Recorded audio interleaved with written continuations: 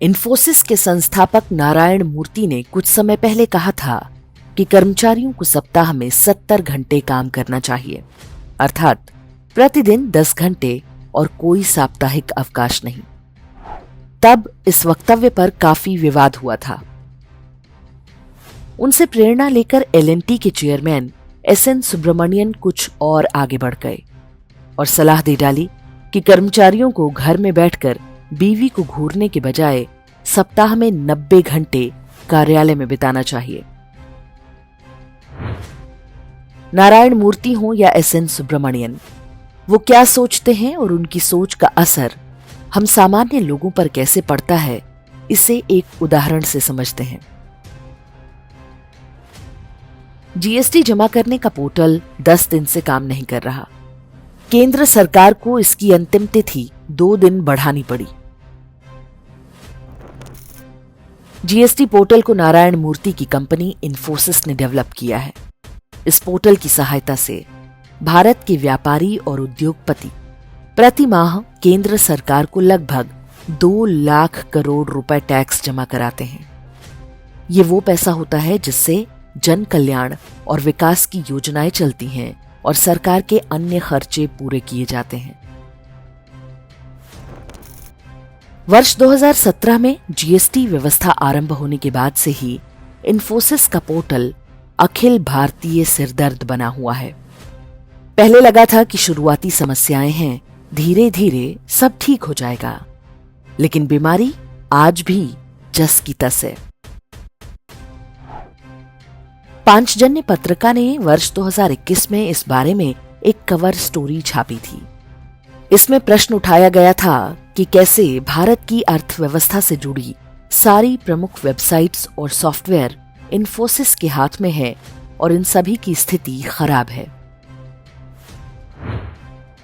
इन्फोसिस ने वर्ष 2021 में इनकम टैक्स का नया पोर्टल बनाया था। कई दिनों तक वेबसाइट खुल ही नहीं पाई। सरकार को बार बार अंतिम तारीख बढ़ानी पड़ी, लेकिन पूरा सरकारी तंत्र इन्फोसिस का बचाव करता रहा।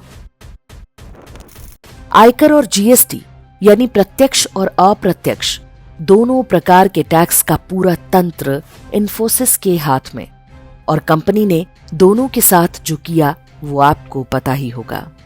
लेकिन कहानी यहीं पूरी नहीं होती। भारत के सभी बैंक फिनिकल नाम के जिस सॉफ्टवेयर पर काम करते हैं उसे भी इन्फोसिस ने ही बनाया है। फिनिकल की कार्यकुशलता के बारे में आप किसी भी बैंक कर्मचारी से पूछ सकते हैं। भारत के कंपनी मामलों के मंत्रालय यानी एमसीए की वेबसाइट भी इन्फोसिस ने ही बनाई है, जिस पर देश की हर कंपनी और उसके कारोबार का डेटा होता है।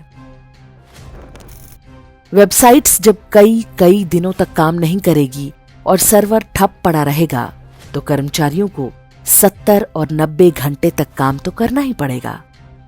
नारायण मूर्ति जैसे लोग संभवतः यही चाहते हैं।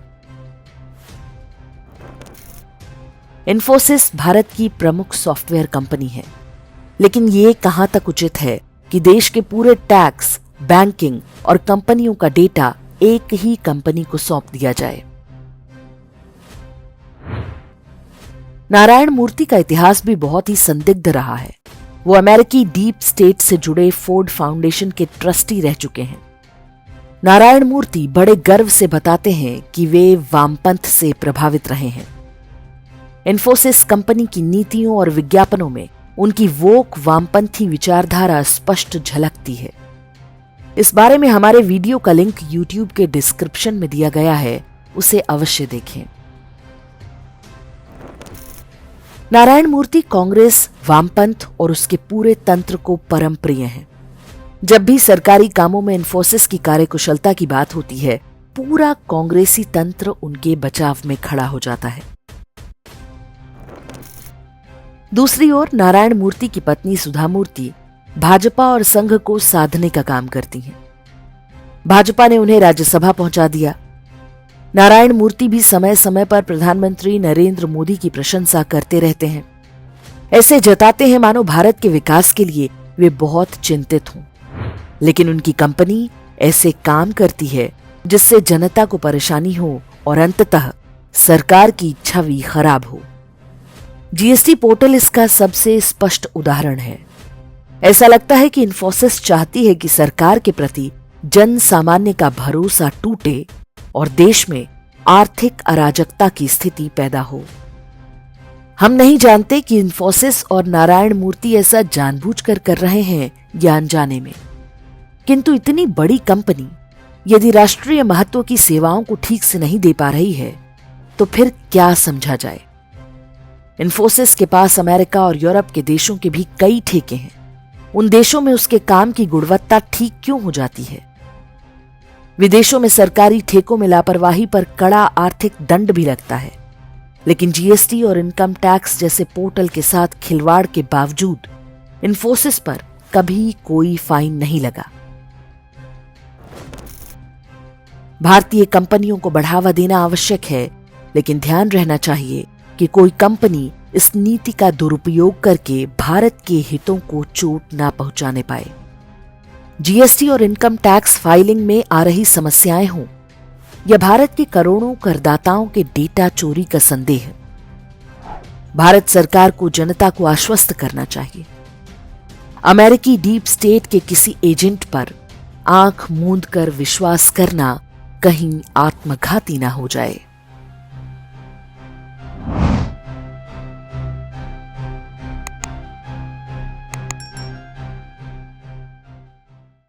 इंडेक्स ऑनलाइन के वीडियो समाज को समर्पित हैं।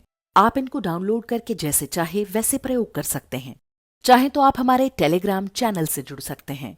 वहां सारे नए पुराने वीडियो आपको मिल जाएंगे।